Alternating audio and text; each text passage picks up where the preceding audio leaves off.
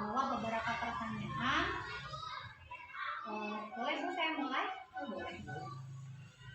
Selama ini bagaimana Ibu dapat mengidentifikasi kasus-kasus yang merupakan dilema etika atau bujukan moral? Saya sebagai pimpinan di sini biasanya mengamati dulu persoalannya, masalah yang terjadi, dan menentukan sesuatu ketentuan yang mengacu berdasarkan peraturan yang ada di sekolah ini. Jadi kembali lagi ke peraturan Ya, sekolah. ke peraturan sekolah ini, apapun yang terjadi itu terfokus kepada aturan yang ada di sekolah ini. Terima kasih Ibu. Sekarang Ibu lanjut ya.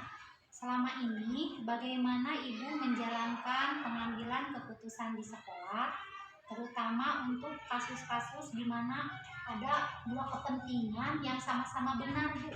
Iya. Nah, bagaimana Ibu kalau seperti itu, Bu, mengambil keputusannya yang mengandung? Assalamualaikum Ibu. Waalaikumsalam. Maaf Ibu mengganggu waktunya. Saya ini ada beberapa pertanyaan yang ingin saya tanyakan pada Ibu. Saya mewawancarai kepala sekolah di SDN Sarimaki. Pertanyaan yang saya ajukan ini ada beberapa ya Ibu. Ini tentang dilema etika atau bujukan moral. Saya mulai ya Bu.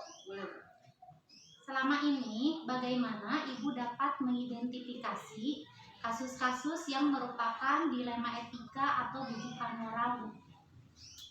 Dilema etika dan bujukan moral, mungkin itu adalah jadi sekolah terjadilah permasalahan hal tentang baik itu datang dari peserta didik ataupun pendidik itu sendiri. Mungkin bagi saya itu perlu ada pengidentifikasian terlebih dahulu gitu. Dan permasalahan itu sifatnya ada yang terjadi secara langsung ya hari itu juga, ataupun permasalahan yang mungkin saya akan identifikasi. Setelah saya melihat situasi dan keadaan, mungkin nanti akan saya selesaikan secara baik itu langsung ataupun tidak langsung. Berarti yang Ibu lakukan, Ibu mengamati dulu suatu permasalahannya, kemudian Ibu mengumpulkan informasi ya, faktanya apa saja, kebenarannya apa, dan Ibu nanti menentukan suatu keputusannya berdasarkan peraturan Ibu sendiri ya. Ya, mungkin pertanyaan yang selanjutnya, selama ini bagaimana Ibu menjalankan pengambilan keputusan di sekolah, terutama untuk kasus-kasus di mana ada dua kepentingan yang dua-duanya sama benar, Bu, atau mengandung nilai kebajikan. Yang bagaimana Ibu menjalankan pengambilan keputusannya? Jadi bagaimana? Ketika kasus yang Ibu hadapi itu sama-sama benar dan mengandung nilai kebajikan, dan dua-duanya sama mengandung nilai kebajikan, yang Ibu harus ambil keputusannya bagaimana? Mungkin saya akan tadi di awal bahwa mengidentifikasikan dulu permasalahannya seperti apa. Ada permasalahan yang mungkin saya langsung selesaikan pada saat itu juga, dan ada permasalahan yang mungkin saya tidak selesaikan pada saat itu juga, yaitu mengumpulkan dulu informasi, mungkin saya bisa meminta dulu pendapat dari baik itu dari pendidik ataupun dari atasan saya, mungkinnya pengawas. Saya belum, jadi saya minta pendapat dulu secara sampel gitu ya, untuk bagaimana saya dalam mengambil kebijakan tersebut. Berarti Ibu harus memastikan dulu bahwa keputusan itu yang terbaik ya, yang ya. Kemudian pertanyaan yang selanjutnya, langkah-langkah atau prosedur seperti apa yang biasa Ibu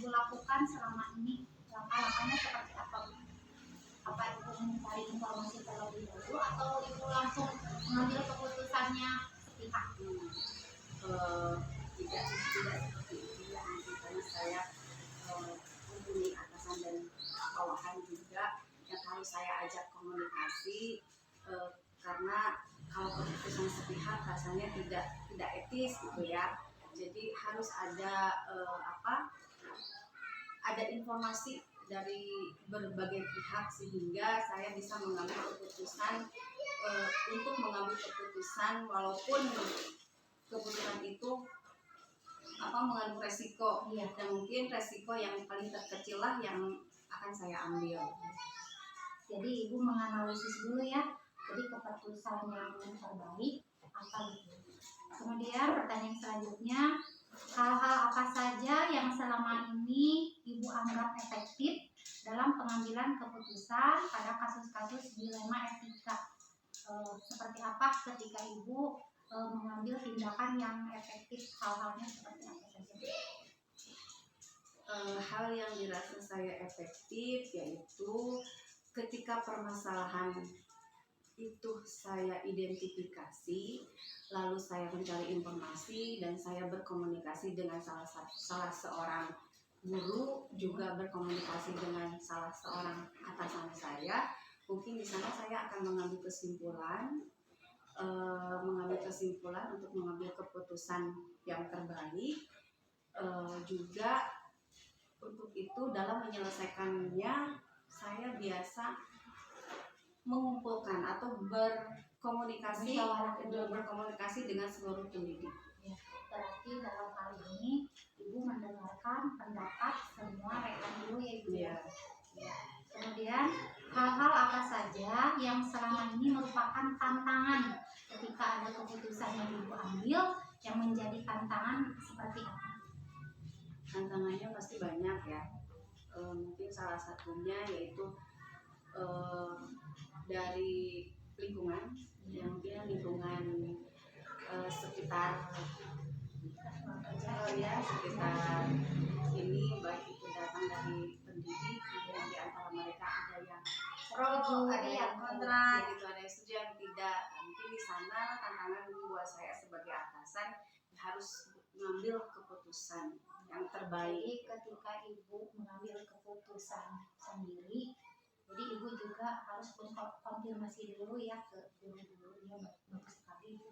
Kemudian, apakah ibu memiliki sebuah jadwal atau tata cara tertentu dalam sebuah penyelesaian kasus dilema etika? Apakah ibu langsung menyelesaikan di tempat atau memiliki sebuah jadwal untuk menyelesaikannya? Bentuk atau prosedur yang ibu jalankan seperti apa? Kalau kasus itu terjadi saat itu dan perlu penyelesaian pada saat itu juga, mungkin saya akan selesaikan. Untuk hal yang membutuhkan atau urgent yang harus diselesaikan pada saat itu.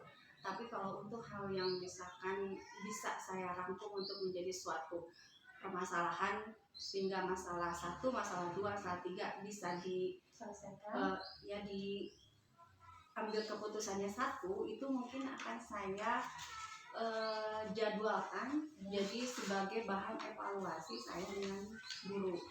Jadi ada waktu-waktu tertentu untuk mengevaluasi suatu dilema itu. Ada 2 pertanyaan lagi ya Bu.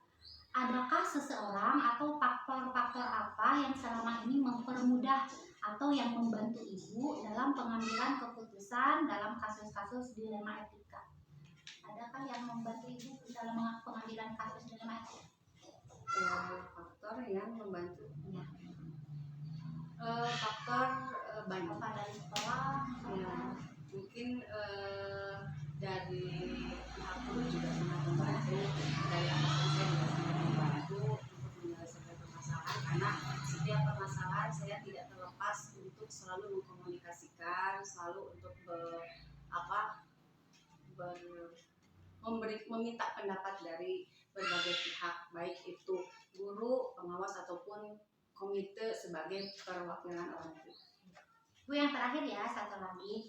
Dari semua hal yang telah disampaikan, pembelajaran apa yang dapat ibu petik dari pengalaman ibu mengambil keputusan dilema etika? Nah, dari setiap hal permasalahan di sekolah atau sekitar sekolah yang dapat ibu petik apa? Bahwa permasalahan itu selalu ada dan kita harus menyelesaikannya dengan sebijak mungkin, bahwa permasalahan itu bisa diselesaikan dengan baik. Insya Allah itu adalah pembelajaran juga bagi kita untuk bisa mengambil keputusan dengan bijak.